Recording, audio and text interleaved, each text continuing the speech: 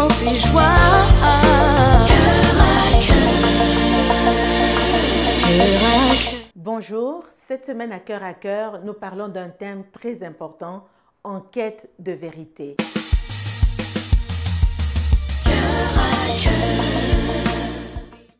Salut, je suis Luc Loptega et vous suivez Cœur à Cœur. Bonjour et bienvenue à cette nouvelle émission de Cœur à cœur.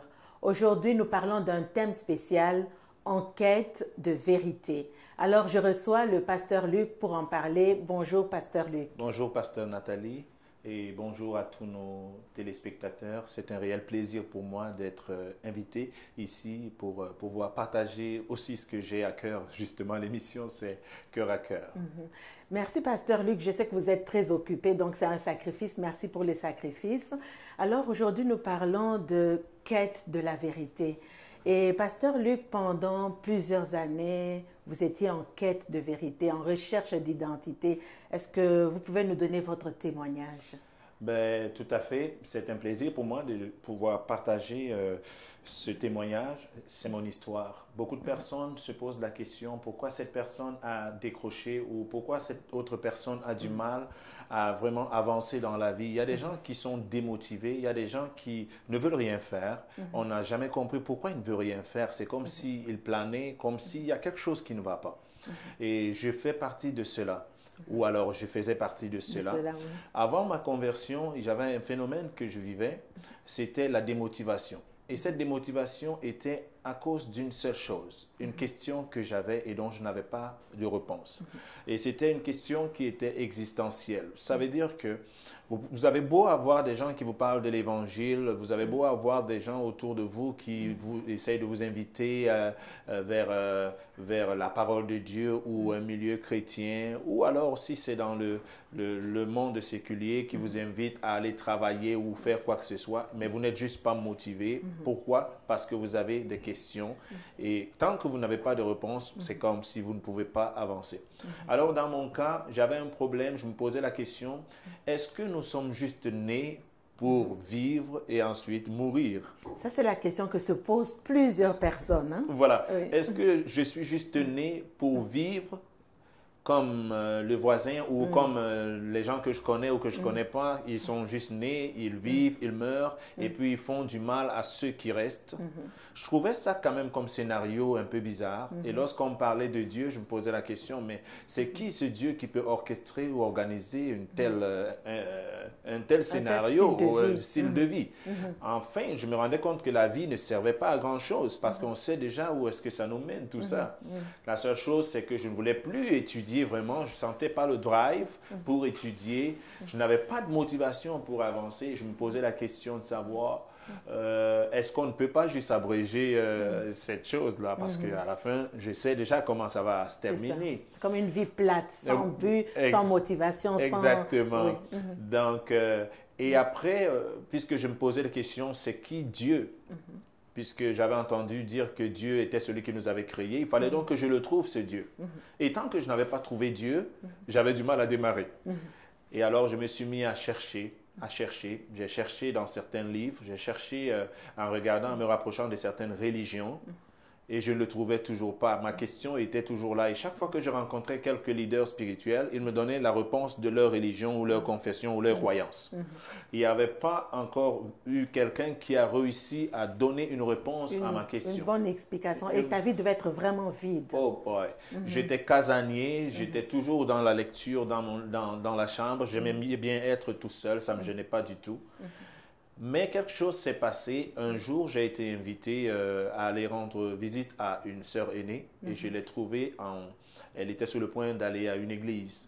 Alors, je me suis dit, je ne peux pas rester seul à la maison. Alors, j'ai suivi, je suis parti et quand je suis arrivé, lorsque j'avais entendu parler d'église, je me disais que ce serait une grande bâtisse avec tout ce qu'on a comme image d'une église. Mais malheureusement, c'était une petite maison. Et je suis entré quand même. Et là, j'ai trouvé des gens en train de danser, chanter, et ces gens étaient, pour moi, je les ai trouvés trop vrais, mais il y a quelque chose qui m'intriguait. Pourquoi est-ce que ces gens pouvaient être aussi joyeux? Alors, je commençais à me poser des questions. Soit alors, il y a quelque chose qui ne va pas avec eux, parce qu'on parle souvent de ces nouvelles sectes, les camps de concentration. Alors là, j'étais un peu réticent. Et c'était vraiment mot de protection là. Mais quelque chose s'est passé. Pendant qu'il chantait, il chantait. Lorsque la réunion est finie, je me suis posé la question, si Dieu existe vraiment, puisque je suis supposé être là où Dieu est, on avait dit qu'il y aurait une autre réunion le mercredi d'après. Là, on était un dimanche. Et j'ai dit, je pense qu'il y a des gens qui sont en train de jouer de la musique. Je m'intéressais beaucoup à la musique, mais il y avait un seul tambour. Et lorsque je voulais prendre le tambour, il y a quelqu'un qui m'a empêché de prendre le tambour. Et la première fois, j'ai fait une prière dans mon cœur. J'ai dit, la semaine prochaine, je reviendrai. Et si je ne joue pas, je ne viendrai plus jamais. Et pour la première fois, lorsque je suis revenu le mercredi d'après, j'ai réalisé que quelqu'un était venu faire un don à cette église d'un deuxième tambour. Ce qui me donnait l'opportunité de jouer aussi. Oui. Ce que je veux dire, c'est peut-être ça mon histoire, mais ça peut être une autre histoire. Mais je veux juste nous dire ce qui m'a amené à comprendre que Dieu existait et qu'il me connaissait. Oui.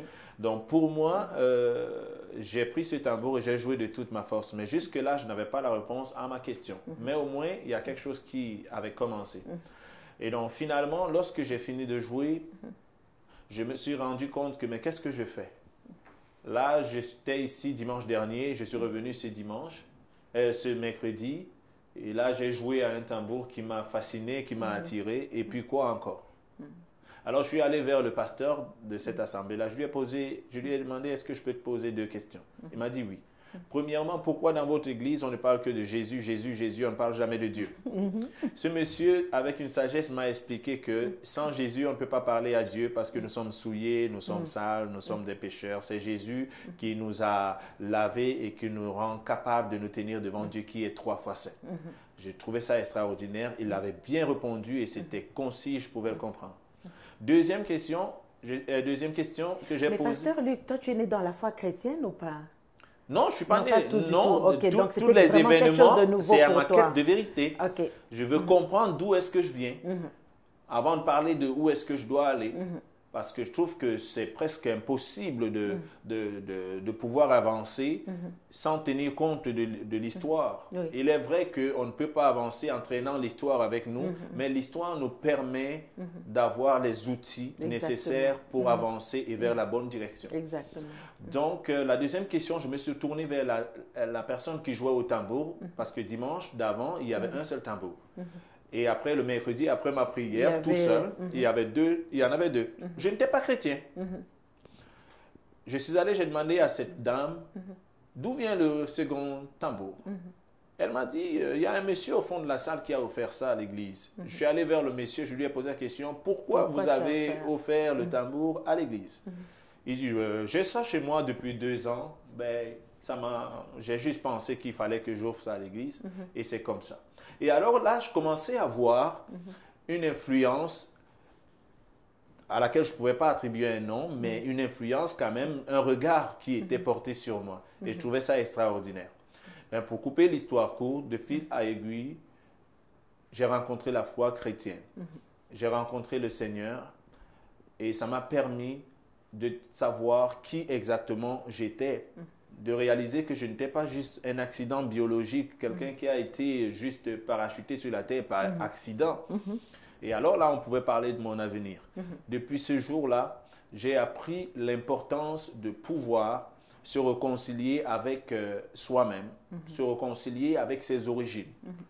Et aujourd'hui, ça fait un bon nombre d'années quand même, je peux dire que ça m'a transformé et aujourd'hui, je peux avancer non seulement avec le Seigneur, je sais exactement qui je suis, je sais où je vais et les problèmes que j'avais, je ne les ai plus parce que je sais exactement pourquoi je suis sur la terre. Pourquoi tu es là. Donc, tu as trouvé une réponse. Voilà, c'est ça. Alors, tu parles de réconciliation. Yeah. Comment est-ce que s'est passée ta réconciliation avec tes origines? Ben, si je parlerais de réconciliation aujourd'hui, c'est parce que une des choses qui m'ont fasciné dans la foi chrétienne, c'est l'aspect de réconciliation. Parce que l'Évangile a pour but de réconcilier les hommes avec Dieu. Voilà. Je pense que le problème que j'avais, c'est qu'on me présentait l'Église, on me présentait des histoires religieuses. Mais le jour où j'ai compris que il fallait que je me réconcilie avec mon Créateur, avec le Dieu qui m'a fait, ça avait changé ma façon de voir les choses. Alors, qui parle de réconciliation va parler de conflit. On ne peut pas parler de réconciliation s'il n'y a pas eu un problème. Oui, oui. Donc, c'était extraordinaire pour moi de comprendre qu'en fait, le problème de l'homme, c'est qu'il y a un conflit entre lui et son Créateur, entre le Créateur et la créature. Et il faut que la créature fasse un pas, et que le Créateur qui est disponible puisse venir. Et cet ensemble de choses-là, il fallait apprendre à mettre chaque chose à sa place. Oui. Et j'avais lu dans la Bible, dans le livre de 2 Corinthiens, chapitre 5, verset 17, que si une personne est en Christ, elle est une nouvelle créature.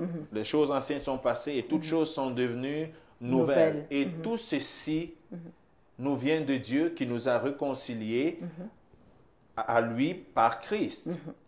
Et il a fait de nous, il nous a donné le ministère de la réconciliation. Moi, je me dis, waouh! En fait, Jésus est venu sur la terre pour nous donner accès à Dieu par le moyen de la réconciliation. Et quelqu'un ne peut pas dire qu'il n'est pas en chicane avec Dieu. À partir du moment où nous ne sommes pas là où nous sommes supposés être, nous ne menons pas la vie, l'harmonie que nous sommes supposés avoir avec notre Créateur. J'emploierai le thème beaucoup plus de Créateur et créature pour donner une bonne vision de la chose. Je dis, OK, donc en fait, je suis loin de Dieu et c'est parce qu'il y a un conflit. Il faut donc que ce conflit-là se règle et que je puisse me réconcilier avec Dieu. Et qui parle de réconciliation, parle de conciliation pour la deuxième fois. Donc, on ne peut pas réconcilier ce qui n'était pas déjà ensemble. Je disais, mais c'est extraordinaire. Ça veut dire que j'avais une place. Et cette place-là, à cause des situations, de quelque chose, je l'ai perdue. Oui. Et l'action de la réconciliation me remet à ma place. On ne peut pas parler de réconciliation de deux personnes qui n'ont jamais été ensemble. Ça me disait, waouh! Donc, voilà un peu... excusez-moi si je parle beaucoup, mais c'est que je suis excité quand je parle de ça. De réconciliation. Comment maintenant peux-tu nous définir, nous expliquer la réconciliation ou la définir? Ben, c'est vrai qu'on n'aura pas beaucoup de temps.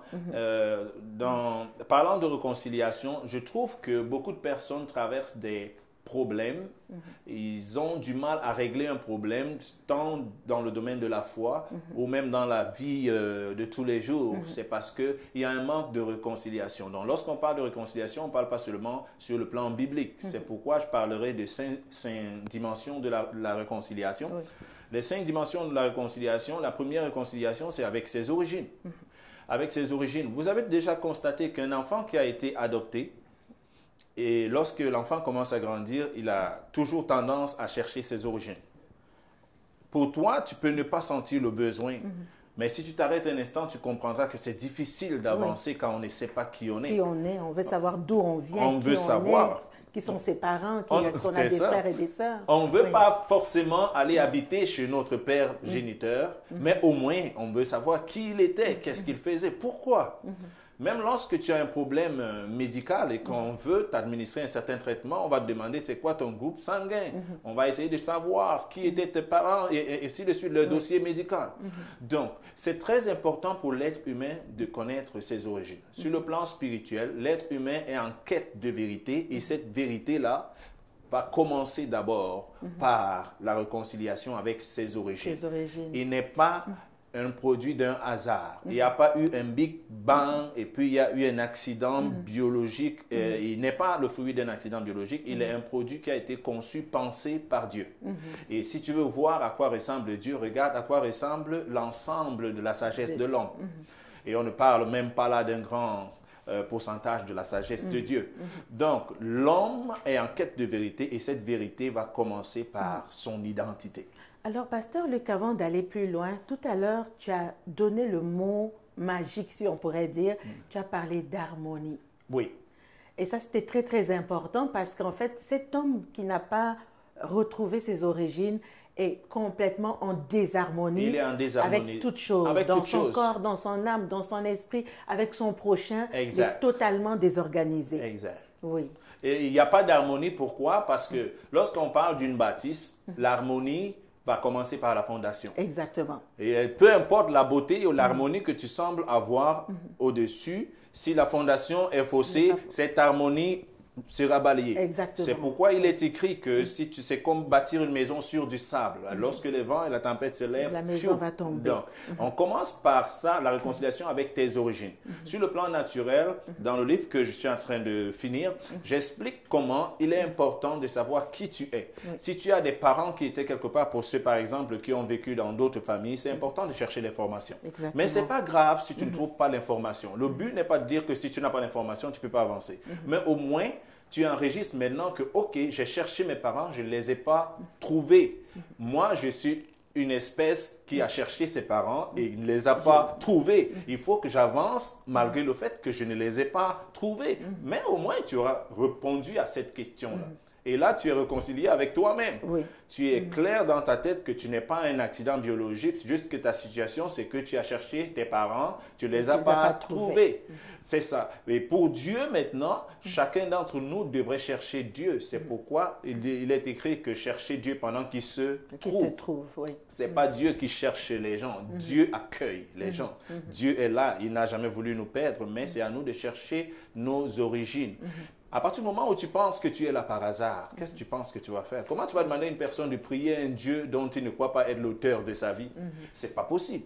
Il faut que tu sois conscient qu'il y a un Dieu qui t'a pensé, qui t'a créé, qui t'a conçu et qui a des plans pour toi. Et tu te réconcilies avec ce Dieu. Parce qu'il y a un conflit qui est la rébellion depuis le temps d'Adam et Ève et qu'aujourd'hui nous héritons du péché originel.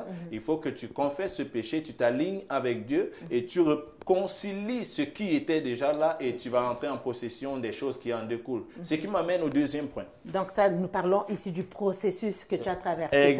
Exactement. Lorsque j'ai rencontré Dieu, je me suis rendu compte que, mais tiens, j'ai une belle vie. Je ne suis pas sur la terre par accident. Mes parents sont juste un moyen que Dieu a utilisé pour m'amener sur la terre. C'est mes parents, Dieu merci. Mais Dieu qui m'a envoyé sur la terre ne peut pas m'avoir envoyé sans un plan bien précis. Il dit que ces pensées sont des pensées de paix et de bonheur pour me donner un avenir meilleur. Donc c'était extraordinaire. Je me trouvais comme Superman. J'avais l'impression là que je suis invincible. Ça m'a donné la force. On va passer au deuxième point. La deuxième réconciliation, après ça maintenant, c'est la réconciliation avec son être. Oui. La réconciliation avec son être, c'est tout simplement la capacité de reconnaître que nous sommes des esprits qui ont des âmes et qui vivent dans un corps. Oui. Tout le monde aujourd'hui reconnaît que l'être humain est une entité tripartite. Ça veut dire que l'esprit, l'âme et le corps. Que tu l'acceptes ou pas, c'est comme ça. C'est pourquoi dans la société, on a des physiciens et on a également des psychologues. Un psychologue, c'est quelqu'un qui travaille sur la partie immatérielle de l'homme. Mais il fixe, il arrange, il soigne aussi. Il n'a pas besoin de piqûres pour ça, forcément. Il n'a pas besoin d'employer les techniques du physio. Donc, la réconciliation avec ton être, j'aime souvent dire, il est très important que si j'ai en face de moi une personne qui est chétive, qu'elle le soit de tous bords. Mais tu ne peux pas être robuste sur le plan physique, mais à l'intérieur, tu es chétif. Oui. Tu ne peux pas... Ça amène un dysfonctionnement total. Un dysfonctionnement total. Et si tu es une personne qui est forte, tu es baraqué, tu es musclé, mais lorsqu'on te contrarie juste un peu, tu commences à pleurer, tout le monde va trouver ça étrange. Okay? Le monde dans lequel nous sommes, il y a des forces naturelles, il y a des forces surnaturelles. Si tu as développé ou tu as entretenu ta force physique, qu'est-ce que tu vas faire quand tu es en face des forces spirituelles ou psychiques? C'est là où les gens se trouvent dans les problèmes. Pasteur Luc, L'émission est suivie par plusieurs personnes. Oui. Il y en a qui sont chrétiennes, il y en a qui ne sont pas chrétiennes, il y en a qui ont la foi, qui n'ont pas la foi. Oui. Quand tu parles de force spirituelle, force naturelle, qu'est-ce que tu entends par là, juste pour donner une explication à tous nos auditeurs? Ben, les forces spirituelles, à partir du moment où on s'est entendu que l'être humain a trois parties qui sont l'esprit, l'âme et le corps, je vais essayer de dire, par exemple, pour remettre les choses vraiment terre à terre. Exactement. Généralement, on dit pour prendre la décision, il faut que tu penses avec la tête, Oui. le cœur et le corps. Et le corps, voilà. Ok? Parfait. Ces trois parties-là, si tu veux te marier, tu as ta tête, tu as le cœur et tu as ton corps pour aller dans un mariage. Et bien, c'est la même chose, esprit, âme et corps. corps. Lorsqu'on parle de l'esprit, j'appellerais cette partie comme une partie qui permet de communiquer de l'homme. C'est comme le corps spirituel, le corps invisible de l'homme, qui est l'image de ta masse physique qu'on peut voir, pour simplifier les choses. Lorsqu'on parle de l'âme, on parle d'identité, on parle de l'ensemble des émotions. Des émotions, des pensées. C'est ça. Ainsi de suite. Donc, lorsque une personne est amochée dans son âme, attristée, on le voit sur les traits de son Exactement, visage. oui. Mais lorsqu'une personne On réussit le voit également dans ses actions. dans ses actions, donc ça c'est son corps. Oui. Alors, tu ne peux donc pas prospérer sur le plan physique si tu ne travailles pas au niveau de ton âme. Si tu ne travailles pas au niveau de ton esprit, de le connecter quelque part. Parce que le rôle de l'esprit, comme j'ai dit, c'est beaucoup plus la communication. C'est notre identité spirituelle qui te permet de communiquer la source de force, que ce soit Dieu, que ce soit le diable, pour ceux qui choisissent le diable. Exactement. Ils ont une connexion avec l'esprit qu'ils ont choisi. Donc, déjà, pour les chrétiens, il est écrit que Dieu, lorsqu'il a créé l'homme, il a créé la masse physique. Et il a soufflé de son esprit. Et l'homme est devenu une âme vivante. Ça veut dire que lorsqu'il a créé, il était le corps et une âme morte. Mais l'esprit a donné vie à l'âme. Ça veut dire que chaque fois que ton esprit n'est pas connecté à l'esprit de Dieu qui vivifie, ça produit la mort de l'âme, comme les deux parties qui étaient créées au commencement. Donc, je voudrais dire ici, l'harmonie que tu dois avoir lorsque tu vis, tu as besoin que ces trois parties-là soient épanouies et pensent la même chose. Dans les Écritures, on dit que l'esprit est en conflit avec la chair. Okay? Les désirs de l'esprit sont contraires à ceux de la chair. Oui. Okay. Le but n'est pas d'établir ça, dire que c'est comme ça qu'on vit. Non, ça c'est un être humain justement qui n'a pas encore pu se réconcilier dans tous les domaines. Hein?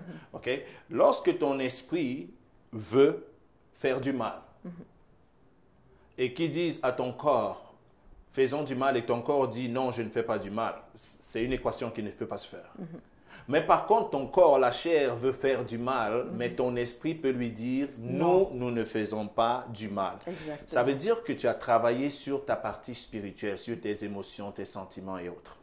Donc, la réconciliation avec ton être, tu dois tout le temps travailler. Autant tu prends le temps pour te maquiller, pour avoir un good looking, tu dois travailler aussi sur ton esprit pour avoir une belle apparence spirituelle. Et en même temps, également, je parlerai de ceux-là qui ont des attaques spirituelles. Les attaques spirituelles, ce n'est pas dans ton corps. Le corps, ce n'est qu'une réaction. C'est généralement dans ton esprit que les esprits viennent t'attaquer.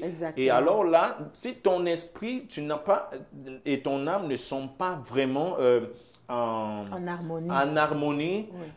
Physiquement, tout semble aller bien, mais ça ne va pas. Donc, c'est à ce niveau-là. Et dans mon cas, lorsque j'ai rencontré le Seigneur, ça m'a permis justement d'avoir cette harmonie. Mon âme, j'étais quelqu'un qui vivait dans le péché, comme tout le monde, qui amenait la souillure dans ma façon de penser. Je pensais au mal et ainsi de suite. Mais lorsque j'ai accepté que la parole me lave, me transforme, je commence à envoyer d'autres signaux à mon corps. Mon corps commence à se, comment je peux dire ça, à se conformer à l'image de mon âme et tu deviens une belle personne. C'est une belle personne à l'intérieur comme à l'extérieur. Là, c'est la réconciliation entre ton corps, ton esprit et ton ton âme. âme. Il n'est pas normal que quand on te voit, tu parles des choses de Dieu, mais quand tu dors, ton Tu esprit agis te montre que autrement. tu es un sorcier. Oui. Que tu comprends? Lorsque tu parles, ton âme parle, on a l'impression que c'est une personne qui a un cœur en or. Mais chaque fois que tu te vois dans les rêves, tu as plutôt vois un autre couteau. chose. Tu as plutôt un couteau. Oui. C'est des problèmes entre l'esprit et l'âme. Il y a encore, et tu vas le voir dans ton corps. Donc ton être doit être un être qui est sanctifié. Sanctifié. C'est ça que la Bible dit, Oui. qu'il doit sanctifier Le corps, l'esprit. l'âme et l'esprit. Tout à fait. C'est ça qui nous amène à la stature parfaite de Christ.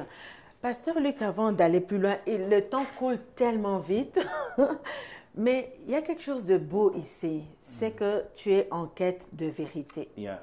Alors, tu viens à la découverte de cette vérité et tu comprends qu'il y a la part de Dieu. Oui. Tu comprends le moyen par lequel tu as reçu cette réconciliation, Yeah. c'est-à-dire Christ, comme on te dit, pourquoi vous parlez du nom de Jésus? Parce que Jésus est le seul médiateur, Oui, c'est c'est lui ça. qui nous a lavés. Ça, c'est le moyen que Dieu Le utilise moyen, oui, c'est ça. pour, n'est-ce pas, obtenir cette réconciliation. C'est ça. Et maintenant vient la troisième partie, la dernière partie, quand tu viens dans ta quête de la vérité, il y a une responsabilité que tu dois prendre, c'est enlever justement l'objet du conflit. Exactement. Là, C'est-à-dire tout ce mal que tu faisais, quand tu Exactement. rentres en conformité, ce mal-là est en train de partir. Ouais. Donc c'est une responsabilité que tu prends, n'est-ce pas? ça c'est clair que je dirais que se lancer dans un processus de réconciliation, ce n'est pas des choses qu'on subit. C'est des choses qu'on décide Oui. de faire. Oui. C'est l'ensemble. C'est justement pourquoi je me posais la question. Il y a des gens qui attendent que Dieu fasse des choses, mais non.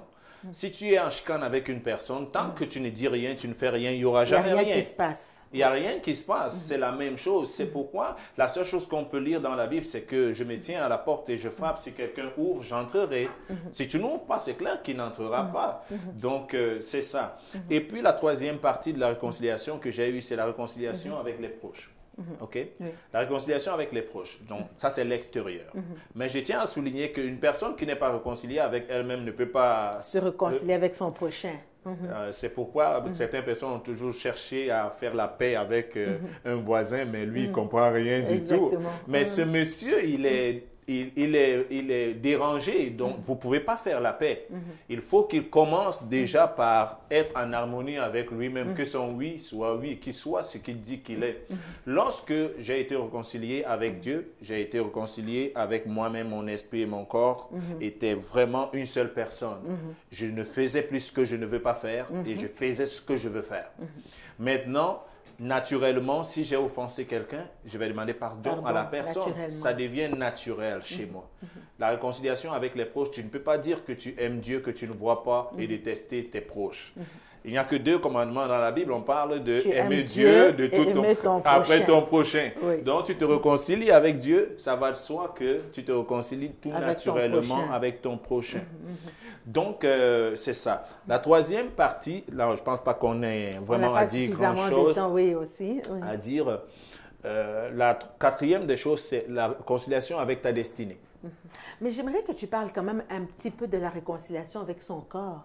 Avec le Parce qu'il y a corps. quelque chose qui se passe aussi avec le corps. Ben, ça, je mettrais ça sur le chapitre de la réconciliation avec la nature. OK.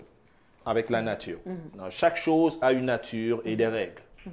Donc, ici, la réconciliation, parce que lorsque je parle de la réconciliation avec son être, c'est la réconciliation de ces Avec les 3 trois éléments parties. pour que tu sois un être Oui. dans ton être. Il dit, il nous a donné le pouvoir de devenir enfant de Dieu. Là, ton être est disposé. Il n'y a plus de condamnation pour toi, ni sur le plan spirituel ou physique. Personne ne peut te condamner. Il n'y a aucune entité spirituelle qui peut te condamner. Maintenant, la réconciliation avec ta destinée. Il est clair que Dieu, lorsqu'il a créé l'homme, il ne l'a pas créé comme ça pour venir vadouiller. Il avait un plan, il y avait un projet. Sinon, vous voulez me dire que les hommes sont plus intelligents que Dieu, parce que si les hommes enfantent des enfants et ont des bons projets, à plus forte raison Dieu. Notre Dieu, notre Père Dieu. Exactement. Donc, à chaque fois, la Bible dit que l'homme ayant péché, il est privé de la gloire de Dieu. Il est privé du plan de Dieu. Il dévie, il quitte le plan de Dieu. Beaucoup de gens ont des destinées qui sont obscurcies, qui ont été déviées, qui ont été retardées à cause du fait qu'ils n'ont pas encore suivi tous les processus de la réconciliation. Du moins, ils le font à tâtons, peut-être n'ont pas la bonne information. Tu dois te réconcilier avec ta destinée. Je vais parler par destinée. Il y a des gens qui ont des prédispositions, des appels. Si tu ne fais pas ce que tu es supposé faire, tu es loin de ta destinée. Exactement. Et le diable, permettez-moi le thème, le malin, ou même les jaloux, sont champions à vous faire exactement ce qui ne vous amènera jamais à l'excellence et au succès. C'est pour ça l'importance de connaître. C'est savoir exactement qui tu es et Exactement. ce qu'il y a en toi. Oui. Donc maintenant, avec ta destinée, parce que nous tous, depuis la naissance, il y a quelque chose qui a été dit et écrit sur nous. Donc, avec ta destinée, tu pourras te réconcilier. Aujourd'hui, il y a des gens qui sont devenus, un exemple, il est devenu docteur, mais il n'a jamais voulu. Il le fait justement pour l'argent et tout et comme ça. Il y a des gens même qui sont devenus pasteurs, qui sont devenus des choses qui, ils sentent que c'est pas ça. C'est pas ça. Ils sont pas dans leur, ils sont pas dans leur destinée, si on peut dire, ou dans leur appel. Exactement. Si Prends un exemple, un danseur qui a découvert que lui, il est sur cette terre pour danser. C'est extraordinaire. Tout le monde peut voir que lui, c'est un danseur né. Il est dans sa destinée, mais tu sais, l'ennemi va envoyer quelqu'un qui va essayer de faire qu'il ne danse plus, fasse autre chose et il est frustré. Mais par contre, lorsque tu connais Dieu, tu rencontres Dieu, il va te permettre de savoir que, ok, ça là, je sens que c'est là où, ça c'est ma destinée, et puis tu te remets. Je parlerai aussi pour ceux qui ont eu des attaques sur le plan spirituel. Et il y a des entités, des forces surnaturelles qui combattent contre leur destinée. Oui. Et là, tout le temps, les choses ne fonctionnent pas, ne marchent pas. Ce combat, c'est pourquoi il est écrit que nous n'avons pas à combattre, lutter contre la chair ni le sang. Mais des entités spirituelles, des forces spirituelles. Là, tu dois savoir maintenant que pour ta destinée, il y a des forces spirituelles qui ont pour mission de t'empêcher d'être là où, dans le couloir que tu as. Ça aussi, on peut travailler dessus. Donc, pour la question que tu venais... Okay. Alors, Pasteur Luc, le temps passe tellement vite. Alors, j'ai la régie qui me signale que le temps est presque écoulé. Okay. Mais j'aimerais quand même, avant qu'on finisse, de répondre à une question. Ouais. C'est qu'avant, tu sentais ce vide. Tu es totalement un homme transformé aujourd'hui. Oui. Mais je voudrais poser une question essentielle. Cette réconciliation t'amène à une certaine liberté. Oui. Parce qu'on parlait ici de responsabilité, mais je voudrais parler de liberté. Aujourd'hui, tu es un homme libre. Oui. Comment tu vis ta liberté en Christ? Eh bien, parlant de liberté, une personne qui est en conflit, c'est une personne qui se cache lorsqu'elle voit son vis-à-vis avec qui elle est engagée dans le conflit. Non, il est normal que si je n'ai plus un problème avec Dieu, je suis courageux. On dit « boldly we come ». C'est avec courage que nous venons dans sa présence. Donc, aujourd'hui, celui que le Fils a libéré est réellement libre. Et il est écrit dans Galates 5:1 que c'est pour la liberté qu'il nous a libérés, affranchis. Il ne nous a pas affranchis pour rester encore dans des cas sous un joug quelconque. Oui. Donc, je suis totalement libre parce que, comme je le disais, pour conclure mes propos, je me suis même réconcilié avec la nature. Parfois, vous trouvez que les gens sont extrémistes lorsque les gens vont vous dire non, il ne faut pas tuer les bêtes, il ne faut pas faire comme ça, mais il y a une vérité là-dedans. Vous m'avez parlé, par exemple, les gens qui veulent se réconcilier avec leur corps. Comment vous dites-vous que quelqu'un qui pêche contre son corps, c'est-à-dire qui est en chicane avec son corps, tu donnes à ton corps ce que ton corps ne veut pas, ou bien ce dont il n'a pas besoin. Voilà. Tu es en train de pécher, le corps va te retourner ça, il va te donner des formes que tu veux peut-être pas. Ou alors au niveau de ta santé, tu vas prendre un coup. Mais lorsque tu te réconcilies, tu vas commencer à savoir que la nature, elle est là et il y a des règles avec la nature. C'est pourquoi il ne faut pas mélanger les affaires entre la réconciliation avec Dieu et sur le plan pratique. C'est comme les relations entre deux personnes. C'est des relations naturelles. Là, sur le plan physique, il y a des règlements, des règles que on devrait observer. Si tu fais à autrui ce que tu n'aimerais pas qu'on te fasse, tu vas récolter. Il va te le faire. Ok, donc c'est un peu ça. Aujourd'hui, mon esprit, mon âme, mon corps s'appelle Luc Loctega les trois. Et tous sont exactement à Montréal, assis dans ce bureau. Il n'y a pas, pendant que je parle ici, mon esprit est en train d'être manipulé ailleurs. On est en train de gifler mon esprit. Ces gens qui font les vaudous, qui piquent les piqûres, qu'est-ce qu'ils font? Ils appellent ton esprit pour piquer les piqûres. Pour le détruire, effectivement. Donc, c'est ça. Là, on rentre dans des choses profondes. Pasteur Luc, ça veut dire qu'on aura besoin que tu reviennes pour une autre émission où on peut approfondir. Mais j'aimerais souligner, tu m'en as parlé, que tu es en train d'écrire un livre, que tu es en train de finir. Est-ce que, rapidement, avant de finir cette émission, est-ce que tu peux nous donner un avant-goût, quelque chose de ce livre qui va bientôt paraître? C'est ça, je pense que c'est l'avant-goût que je viens de donner, mais juste que je vais donner quelques astuces, dont 5 points. Pour ceux qui peuvent noter juste comment entretenir ou comment engager un processus de réconciliation. Que ce soit avec Dieu, que ce soit avec ton être, que ce soit avec tes proches ou que ce soit avec la destinée ou la nature. La première chose, c'est qu'il faut identifier le conflit. Identifier le conflit. C'est quoi le problème entre vous deux? Je vais prendre un cas pratique. Tu es dans un conflit avec une personne. La première des choses, c'est qu'il faut identifier le conflit.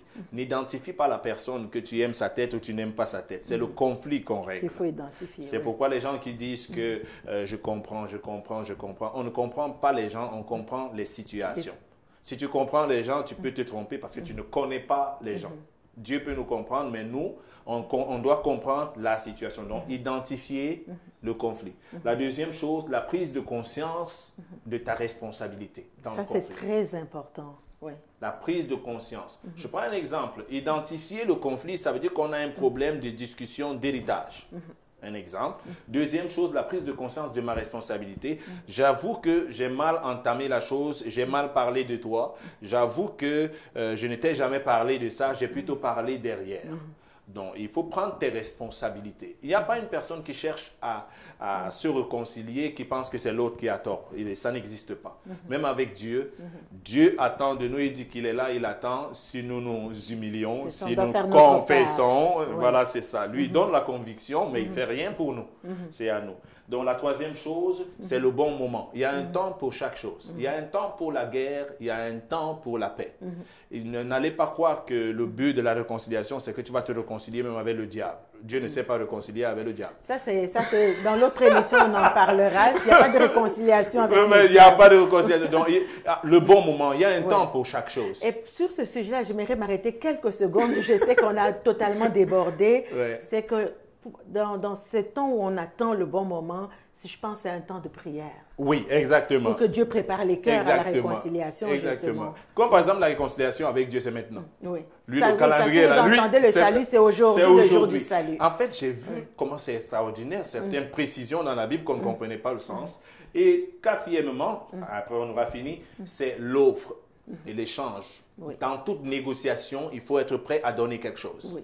Tu ne vas pas aller négocier qu'on va faire la paix, mais tu n'es pas prêt à donner un sacrifice. Si un homme et une femme se disputaient à la télévision, la manette de la télévision, si tu veux faire la paix avec elle, il faut que tu acceptes que ces programmes, tu regardes aussi, et tes programmes aussi, elle va regarder. Donc, c'est la même chose. C'est pourquoi dans le cadre de Dieu, il veut notre cœur. C'est vrai qu'il demande beaucoup, mais c'est ça qu'il veut, notre cœur. Et parfois, nous, on vient avec la mauvaise chose, on vient avec notre argent. Et parfois, on ne trouve donc pas la vraie réconciliation avec lui. On devient des enfants rebelles dans la maison de Dieu. Pour finir, le respect de tes résolutions. Le respect de tes résolutions, lorsqu'une personne a pris des résolutions, que ton oui soit oui. Peu importe si l'autre partie ne respecte pas ses résolutions, je tiens à souligner que la réconciliation, ce n'est pas pour l'autre, c'est pour toi. Exactement. Donc, si je viens faire la paix avec... Et à tout y gagner. Donc, si je veux faire la paix avec toi, si tu acceptes, c'est bon. Tu n'acceptes pas, c'est bon. Dieu est avec moi. Je suis en paix avec moi. Je vis en harmonie parce que j'ai fait ce qu'il fallait faire. Le problème, ce n'est plus moi. C'est pourquoi même dans le cadre du mariage, la Bible parle de la femme répudiée. La femme qui est répudiée devient l'amie de Dieu et Dieu la cajole et la garde parce qu'elle n'est pas responsable de ça. Donc, voilà un peu avec le temps qui était parti. 30 minutes n'est pas suffisant. Il y avait une question spéciale qui était posée. C'était laquelle? Alors, ça, c'est la question, disait exactement un de nos auditeurs qui nous a parlé de cette question. Cette question nous disait, pendant que tu es en quête de vérité, pendant que tu es à la recherche de toi-même, il y a une génération qui t'attend. Oui. Que fait cette génération? Toi, pendant que tu es à la recherche de cette vérité? Je pense que c'est comme ça que la question a été formulée. Cette génération, justement, c'est pourquoi il est écrit que le monde, la création attend la manifestation. Cette manifestation, c'est lorsque tu es entré dans ce moule. Donc, il y a beaucoup de gens, justement, qui vont mourir parce que tu ne fais pas le pas. Je prendrai l'exemple de ceux-là qui pensent que c'est l'autre qui va venir demander pardon. Ça n'existe pas. Si tu veux avancer, il faut que si toi, tu sais comment le faire, les étapes que je viens de dire en dessous, que tu le fasses. Il y a toute une génération qui dépend de tes actions. Il y a une génération qui dépend, si tu trouves Dieu, quand tu es déjà vieux, un exemple, si tu te réconcilies avec Dieu, que feront tes enfants? Que feront tes enfants? Dans cette génération, entre-temps, tu es responsable. Dans l'Ancien Testament, on disait même que si tu n'intercèdes pas, les gens vont mourir et le sang te sera redemandé. C'est exactement. Donc, on aurait un monde un peu meilleur si chacun d'entre nous pouvait apprendre et puis lancer les processus de réconciliation autour de nous, de ne pas attendre toujours que c'est l'autre qui va faire le pas. Mais ça prend quand même de bonnes informations et surtout la manière.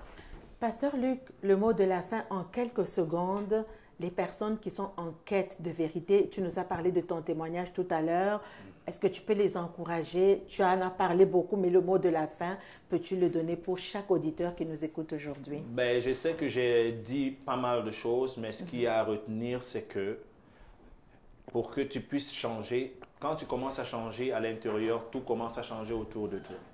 La meilleure façon de changer le monde, c'est de changer d'abord soi-même.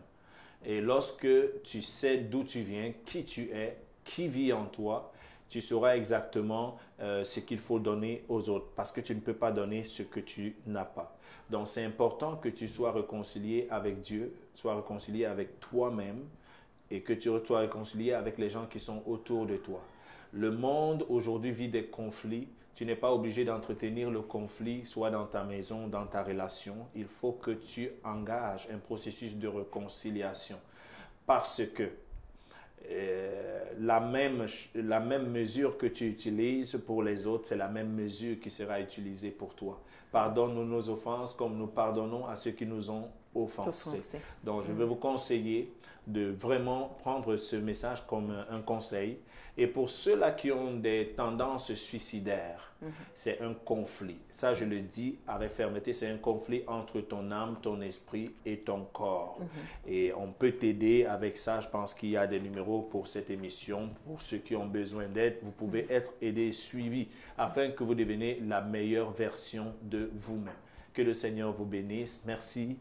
Merci, Pasteur Luc, d'avoir répondu à cette invitation. Merci également à tous ceux qui nous ont suivis aujourd'hui. Effectivement, si vous voulez nous rejoindre, vous pouvez m'appeler directement 514-716-2577 ou nous écrire à notre courriel coeur-à-coeur7@gmail.com. Et si vous voulez rejoindre le Pasteur Luc directement, vous pouvez l'appeler au 514-546-2023. Tu es mieux placé pour me donner ton téléphone. C'est bon. Donc 514-546-2023. Voilà, écrivez-nous, visitez notre page web. Merci d'avoir été là et à très bientôt pour une prochaine émission. Que le Seigneur vous bénisse. Cœur à cœur, témoignage puissant. Cœur à cœur, consolation, transformation. Cœur à cœur, témoignage puissant. Cœur à cœur, consolation, transformation. Cœur à cœur, délivrance et joie. Cœur à cœur, cœur à cœur.